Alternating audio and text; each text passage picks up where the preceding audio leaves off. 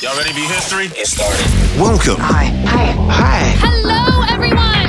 To the Pro Audio Suite, thanks to RØDE microphones. These guys are professional. They're motivated. Introducing Robert Marshall from Source Elements and Someone Audio Post, Chicago. Darren Robbo Robertson from Voodoo Radio Imaging, Sydney. Tech to the VO stars, George the Tech Whittam from LA. And me, Andrew Peters, voiceover talent and home studio guy. Line up, ladies! Here we go. And welcome to another Pro Audio Suite podcast. This week we have a question that's popped up. Robbo. From Julie Dolan, or Dolan, D-O-L-A-N. Paraphrasing here, but Julie sent us an email. She's in Sherman Oaks at the moment, but she's moving to Atlanta. And when this email came in, I presume she's actually done that now. But she was saying she's never had a basement before, coming from Los Angeles, but the new house has a basement and also has a spare bedroom. And effectively, she's asking our thoughts. Is she better off putting the booth in the basement under the stairs where there's a small room, or in the bedroom upstairs? Well, George, I would imagine we should start with you on this one. Yeah, these questions always come with more questions. That's right. Because I need to know more about her situation. Now, if she was home alone, or maybe just had a partner there in the home, that she could work around them. Being in the basement, assuming there's enough ceiling clearance to fit a booth, you have really good isolation from the outside world in the basement, assuming that the basement is below grade, aka below the earth. So if it's a true basement below grade, obviously noise from the outside is going to be dramatically reduced. But what will get much louder is noise from inside the house. So now you're going to hear every footstep on the floor above, and you're going to hear the furnace, water pump, any other mechanics that's in the basement. So you're trading one problem for another by being in the basement. So you get better noise isolation from outside. You usually get more stable temperature below grade. It doesn't usually get very hot, which is going to help a lot in Atlanta, hot Atlanta. So those are the big pros. But lower ceiling heights are often a major restriction. Noise from upstairs are often a real pain in the neck to mitigate. And so you got to look into those pros and cons and see which is going to be a better suit, what's going to suit your use case better. Well, scrolling through the email, let me throw this at you. She suggests, or I can buy a small soundproof booth, in brackets, whisper room, and put it in one of the guest bedrooms / office. But hearing you talk, maybe she might be better off if she can afford that, maybe she might be better off putting that in the basement. You know what? My experience in most cases at all those prefabricated booths, including the really premium ones like the studio bricks, are not capable of stopping all the footfall. We call it footfall, the sound of feet hitting the floor as they walk around. They're just still not enough to stop that sound from getting into the booth. I even had a situation where the client put a studio bricks in the basement, and then we soundproofed the floor from above to stop the noise from coming into the basement. So we did both. So, footfall noise, impact sounds are really, really hard to stop completely. Even a vacuum cleaner running against the floor, you can hear that in the booth. That's the trade-off. That is a trade-off. So, I would say if it's a somewhat little bit noisier home with more people and you've got a spare room that's a bit farther from the action in the house, then a studio bricks or whisper room or one of those prefab booths may end up being less of a headache to you most of the time. It's really interesting, the sound. That's something that I hear, even though I'm in a different building from my house. Because the floor is a timber floor, the percussive noise of someone stomping around inside the house, actually, I can hear it. So I'm confused. You're in a separate structure, but you share the same floor joists? No, separate structure, different floor, everything. But it's just the percussive noise that comes out because the house sits about 2 feet off the ground. So there's like barge boards. Right. And so it acts like a kind of a drum. So, exactly. The noise hits under the house and then comes out through the barge boards. And that makes it all the way out and into your other separate room. I can't hear it in the booth, but I can hear it coming through. It's very quiet, but I can hear that percussive noise through the end wall of this building. Percussive is the key word. I mean, think about a bass drum the size of the entire house. Yes, that's exactly it. And the beater of the drum is someone's foot bounding on the floor. It's a significant amount of sound. It's a huge sound wave at a low frequency, and that's very hard to completely eliminate. Very hard. So, yeah, that's what you're up against in being in a basement studio. And even if the noise source, let's say, even if you're in the corner of the basement and the main noise is in the kitchen area or the family room, and you're at the other end of the house, that sound is still transmitted through the joists, the wood, the framing of the house. And it transmits all the way across, and you can still end up hearing it. I have a client in Colorado who's got a triple wall studio bricks in the third bay of his garage on concrete slab. So it's the farthest from the house, but it's Colorado. So most of the garages are connected to the home because it's so damn cold in the winter. You want to just walk into the house from the garage. So the two structures are connected. And then, so he's on the slab at the other end of the garage. There's two bays between the booth and the house. There's a wall that was newly constructed so he could climate control that part of the garage for the booth. All these things were done. And yet if the kids, the two boys, are running around on the upper story of the house doing what kids do, he can still hear that in the booth. So it's just incredible how wood framing transmits sound, like the bridge of a guitar transmits the string so effectively. Well, just to give you an idea how it gets through, this building, this was an outside garage. Mm-hmm. So the thing is actually made of, steel. Yeah. So what we did initially was, and unfortunately I wasn't here at the time because I had to get a builder to do it quickly. He lined the inside of the garage with plasterboard. Mm-hmm.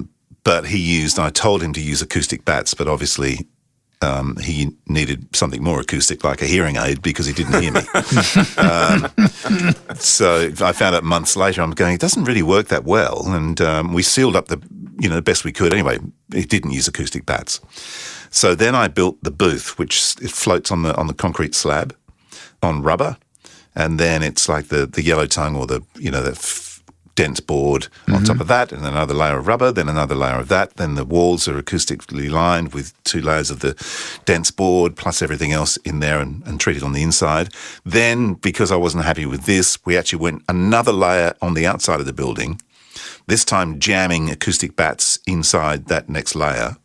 So it goes plasterboard, bats, steel, acoustic bats, and more steel.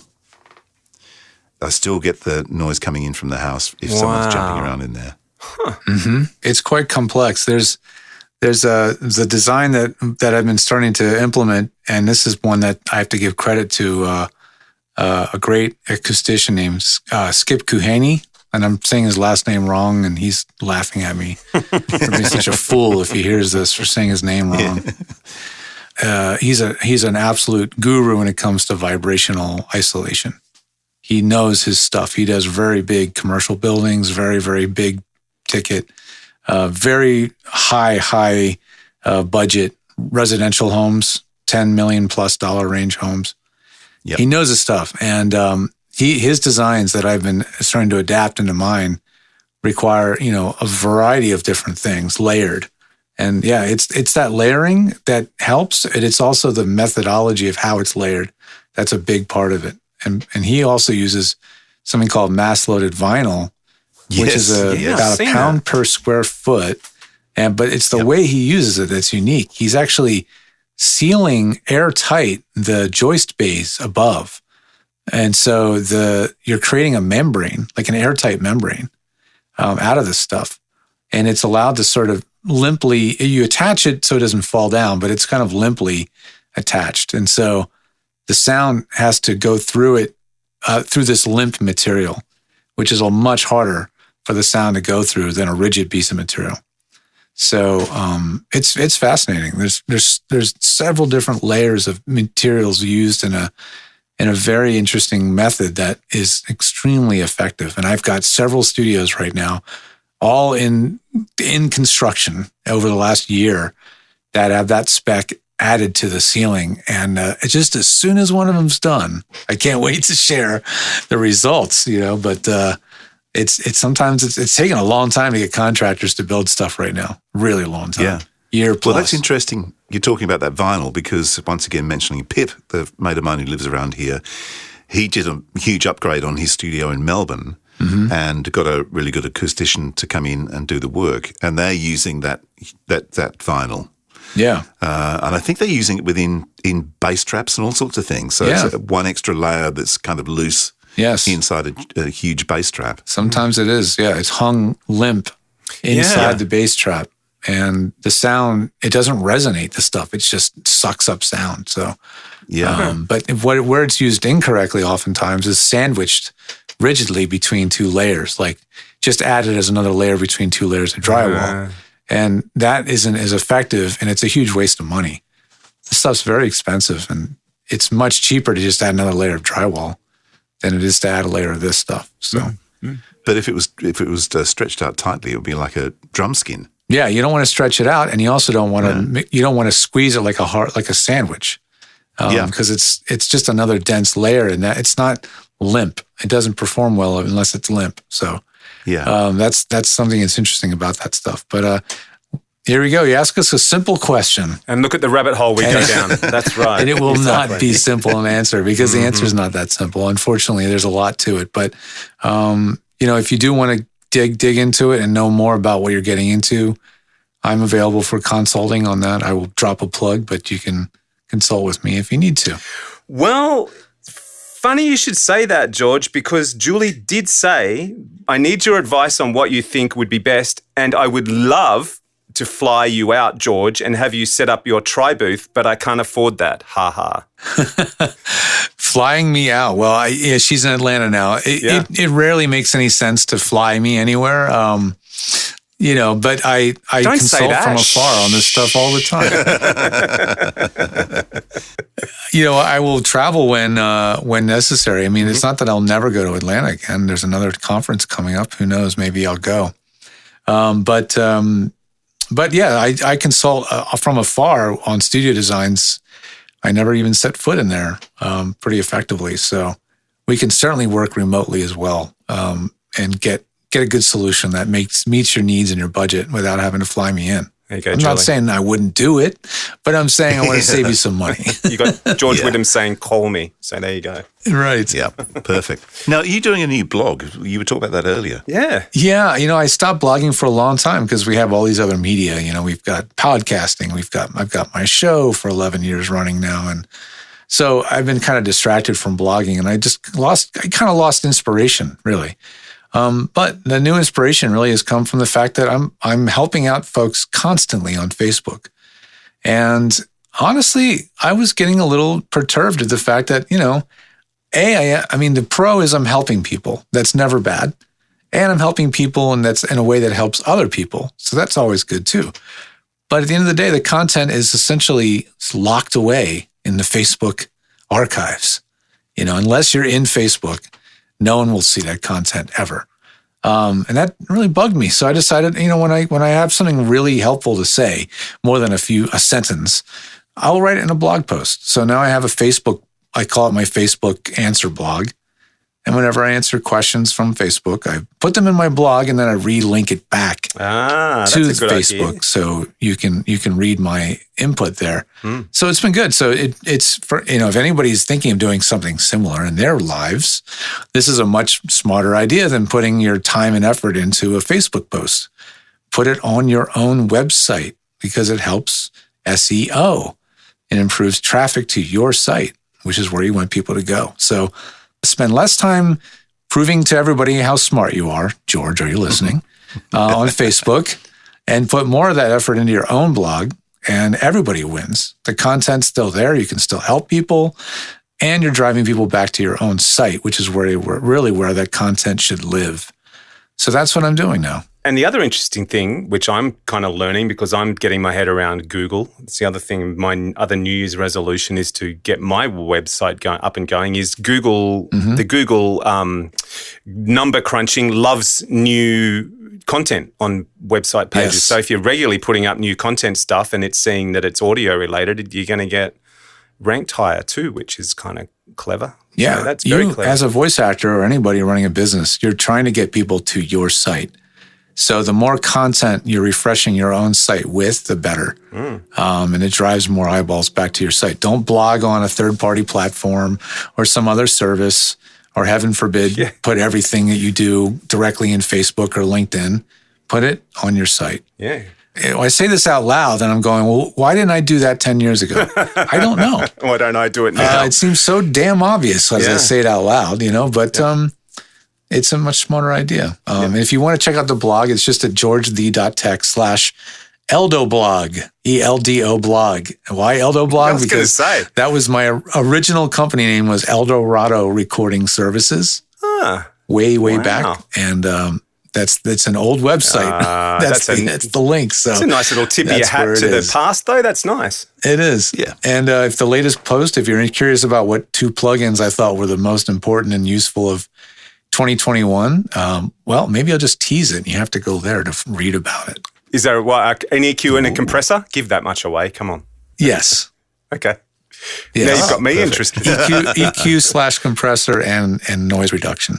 Those are my 2 favorite tools. And they are free. Well, I'll tell you what, I'll give mine away here. I'll tell you one thing I found that I loved that I've been playing with, I've been using in just about everything is Nectar from Isotope. Their vocal processing thing. I love it. What tool do you use? Do you use the most? Because occasionally a client will say, "Well, I've got Nectar 3. Can you use that in your processing stack?" And I'll go, "Oh, let me look around and see if the EQ I particularly like. The gate is really nice, and I use that. In fact, I use the gate on. You're listening to the gate work now. If you're listening to this episode. And the compression, I find some voices I like it, some voices I don't. So on this podcast, you'd be hearing me compressed by Nectar and you, in fact, compressed by Nectar, George. AP goes through the 2A. And Robert is still a work in progress. Robert goes through a different one every week at the moment. And it also depends on where's Robert's recording at the time as well, because God knows what he's going to send me. So, But, Well, as long as only one of us gives you a hard time every week, not all of us. That's right. I try to be as consistent as I can. Well, Robert's consistently shit, so, he's still consistent. Yes, that's right. Oh, he'll never listen to this, so we can talk about him all about it. Well, that was fun. Is it over?